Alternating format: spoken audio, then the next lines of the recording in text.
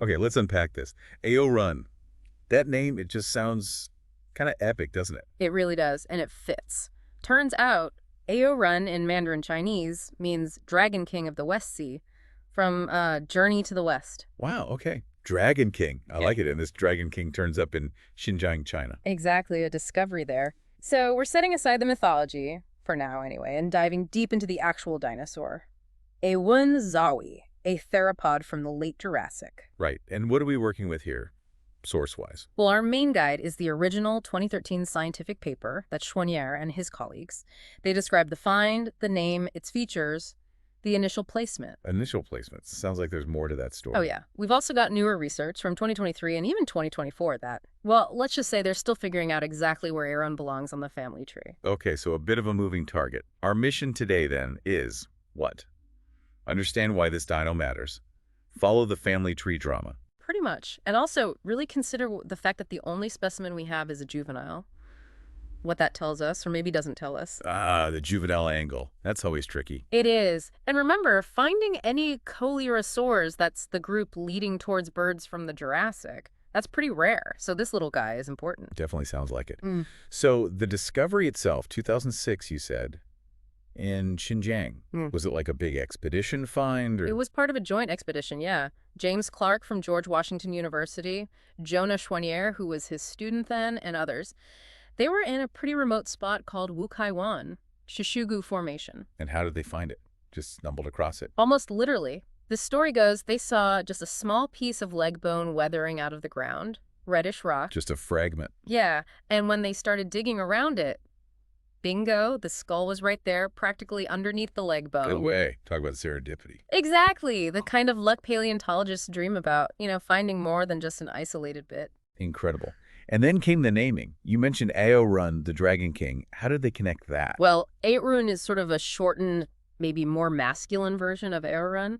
It ties the find beautifully to Chinese mythology and the region. Adds a bit of flair, too. It does. And the second part, Zoe. That's an honorific. For Professor Zhao Shijin, he was a major figure in Chinese paleontology, especially known for his work leading expeditions in the Yungar Basin, which is where Aorun was found. Nice. Oh. So honoring the place and a key person. Good stuff. What exactly did they recover? This main example, the holotype. Right, the holotype. Specimen number IVPP V15709, and it's actually pretty good for a small dinosaur. Not perfect, but decent. What's included?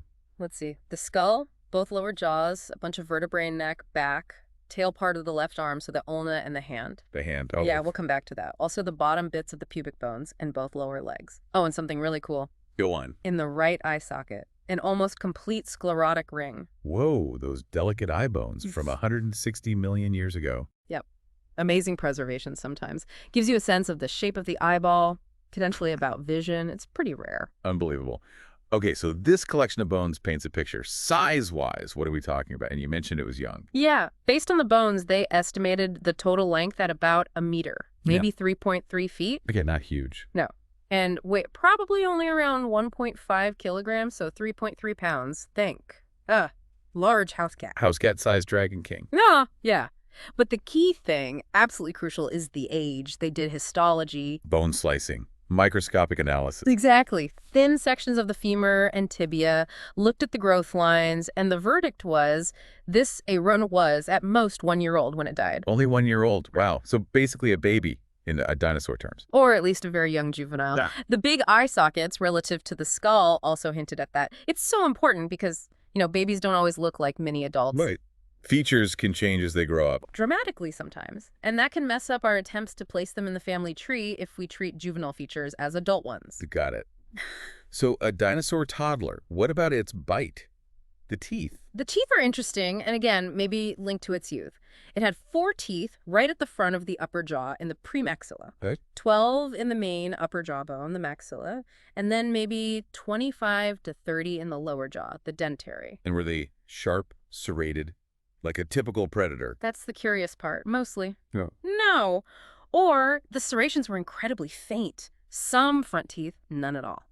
The maxillary teeth and some lower jaw teeth have these tiny, fine serrations only on the back edge, pointing slightly forwards. Huh.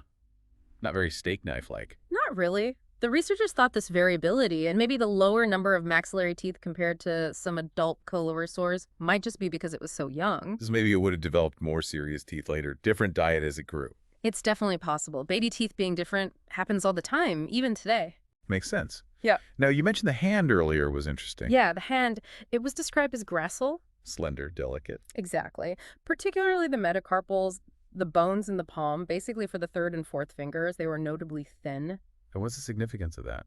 Well, the describers pointed out that the structure, the thinness and proportions, looked more like the hands of later, more derived coelurosaurs, the ones closer to birds than like, say, more primitive theropods. So even as a baby, it had hints of bird-like features in its hands. Kind of suggested that, yeah. An early clue, perhaps, about its evolutionary position. Okay. Were there other unique features? Things that screamed Aorun and nothing else? The diagnostic trait? Yeah, the paper lists a few key things. These are like its anatomical fingerprints. Fingerprints. Good analogy. What were they? Okay, one is an extra opening in the skull, a fenestra maxillaris, in front of the main big opening before the eye, the antorbital fenestra. The position of skull holes is always important. Got it. Skull holes. Then those tiny forward-pointing denticles on the back of the maxillary teeth we mentioned. That specific detail. Right. The faint serrations. Also, the neck vertebrae were described as mildly epistophelous. Opista what now? Ha! Epistophelous. It just means the front end of the vertebra centrum is convex, like a ball, and the back end is concave, like a socket. Ball and socket joints between neck bones. Ah, so a flexible neck. Good for snapping up prey. Potentially, yeah. More range of motion. Then the hand claws were different. Big curved one on the thumb, but the other two were smaller with straighter undersides. Interesting variation there. And one last thing, on the shin bone, the tibia. A high, narrow groove on the front outer side where an ankle bone, the astragalus, fits in. Okay, quite a list of specific little details, and I guess these help tell it apart from the neighbors. Because the Shishuga Formation was pretty crowded, right? Very crowded. And yes, these features were used to distinguish it. For example, Guanlong, another theropod from there, famously had a big crest on its snout. Aorun didn't. Okay, no crest. Differences in the nasal bones, too, and how the maxilla connects, compared to others found nearby, like Haplocaris, Lomosaurus, Zoolong, even bigger ones like Sinraptor. It was different from all of them. Yeah, based on things like the shape of the snout bones, the size of that maxillary opening, a more slender cheekbone, the jugal, those unique teeth serrations, longer neck bones with air sacs, different shapes on the back vertebrae spines, a curved pubic bone. The limb proportions were also distinct. So even as a juvenile, it had its own clear identity. That certainly seemed to. Which brings us back to that twisty part, the family tree. Where did the original team put it? You said basal coelurosaur. That's right. The 2013 paper placed it pretty low down on the Coelurosauria branch. Basal. Kind of an early offshoot. They even tentatively put it in a family called Coeluridae. Why so basal? Mainly because it lacked the really clear specialized features, the synapomorphies that would tie it firmly to any of the more derived groups like tyrannosauroids or ornithomimosaurs or maniraptorans. Okay, but then that juvenile effect you mentioned earlier comes into play. Exactly. This is a known issue in paleontology. Young animals might just look more primitive because they haven't developed all their adult features yet. Right, like trying to classify a tadpole before it grows legs. Sort of, yeah. If you code those immature traits into a phylogenetic analysis as if they're the final adult form, it can artificially pull the specimen down towards the base of the tree. Makes total sense. Yeah. So knowing it was a juvenile made people rethink that basal position. It certainly opened the door to rethinking. And later studies started suggesting different possibilities. In 2018, one analysis actually put Aorun within Alvarezsauria. Alvarezsaurs. Those weird little guys with this single huge claw in each hand. The very same. So that was a big jump from a general early coelurosaur to maybe being related to this very specialized group. They placed it as a basal member, an early Alvarezsaur. Wow. Okay. Was that widely accepted? It caused some discussion, for sure. But then more recently, in 2023, another study by Kubo and colleagues, they looked at Alvarezsaur relationships again when describing a new one. They also found Aorun clustering with the Alvarezsaur lineage. Very basal again, maybe even more basal than Haplocaris, which is often seen as an early Alvarezsaur relative. So the evidence seemed to be building for that connection. Okay, so maybe Aorun is a proto-Alvarezsaur, something close to it? Seems like a consensus might be forming. But wait, there's more. Science loves to keep us on our toes. Oh no, another twist. A very recent one, just this year, 2024, a study by Andrea Cao proposed, well, something completely different. Don't tell me it's back to being a basal coelurosaur. Not quite. This analysis suggests Aorun might actually be a basal allosaurid. Allosaur, like related to Allosaurus, Yeah. that's way outside Coelurosauri, isn't it? Yeah. That's a totally different major branch of theropods. It is indeed a very different placement, part of a much earlier diverging lineage that includes giants like Allosaurus and Carcharodontosaurus. Okay, my head is spinning now. Basal coelurosaur, basal alvarez, or basal allosaurid. How can it be bouncing around so much? It really highlights how tricky phylogenetic analysis can be, especially with limited material and especially with juveniles. Different analyses might weigh characters differently, use different data sets or different methods, and you get different results. So the jury is still very much out on Aorun's family ties. Extremely out. It shows science in action, though. Constantly testing hypotheses, refining methods. Each placement is a hypothesis based on the available evidence at the time. It's definitely a process. Yeah. Okay, let's ground ourselves back in its world. The Late Jurassic Shushugu Formation. What was life like for this little, maybe allosauroid, maybe alvarezsaur? Well, it lived about 161.6 million years ago, right around the boundary between the Calovian and Oxfordian stages. And you said Coeurlidosaur fossils from then are rare, so this time period is important. Very important for understanding their early evolution. The environment itself, based on the rocks, those red-brown siltstones, was terrestrial. Probably warm, but with distinct dry seasons. And wasn't alone out there. You listed a whole bunch of other dinosaurs earlier. Definitely not alone. The Shushugo Formation is famous for its diversity. You had other theropods like the crested guanlong, the toothless Slimosaurus, the early alvarezsaur relative Haplocaris, zoolong, Shushugonicus, a real rogues gallery of predators and omnivores. Any plant eaters? Oh, yes. Pterosaurs like Cerasipterus flying overhead, ornithischians like the primitive Ceratopsian yinlong and the Stegosaur Jianginosaurus on the ground, and lots of sauropods, Momentosaurus with its incredibly long neck, Bellosaurus, Clamellosaurus, Tianshanosaurus. Wow, a busy place.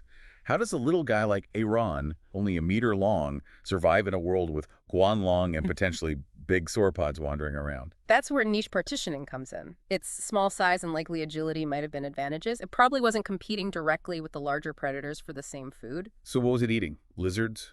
Bugs? Small stuff, most likely. Lizards, maybe early mammals, other small vertebrates. It could hunt in cluttered environments or go after prey that larger predators wouldn't bother with, and speed would be key for escaping those bigger guys. A small, fast hunter carving out its own niche.